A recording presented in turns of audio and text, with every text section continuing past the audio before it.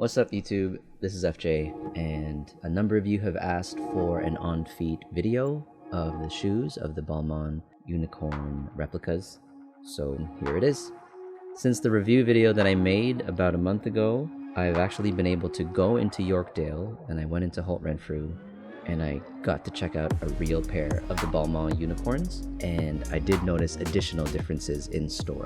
On top of obviously the better branding and correct spelling on all of the branding on the shoe, I noticed that the rope at the back with the Balmain branding is actually connected to the heel of the shoe differently than the replica. It's more of a stitch directly on the heel. That was one of the differences I noticed right away. Another big difference that I noticed was in the outsole. Inside the big cutout in the heel, there's like a bulge of the outsole that comes down.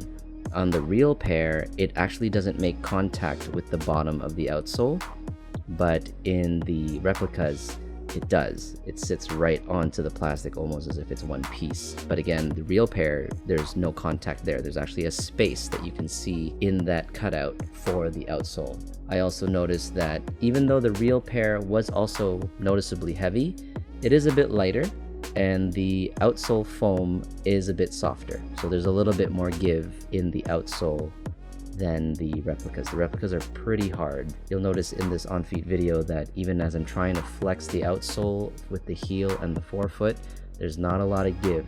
I have to put quite a bit of force to test the flex of the outsole on the replicas.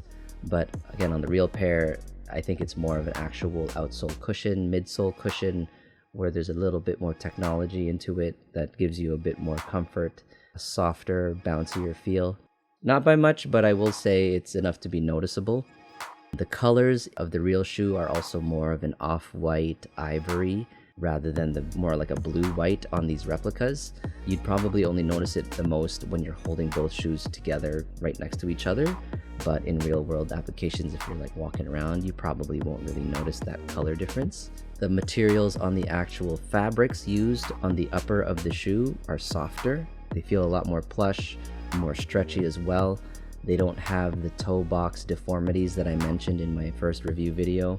It hugs the top of your foot a lot cleaner and a lot nicer without that clunky cardboard feel like a deformed shell on the upper of the replica. You don't feel that in the real pair.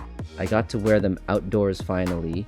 That did collect some dust and dirt into the outsole before I did this on-feet video, so it's not quite as smooth and slick as the original video that I made. Anyway guys, if you like this video, please click like, subscribe, hit that notification bell so you know when the next video comes out.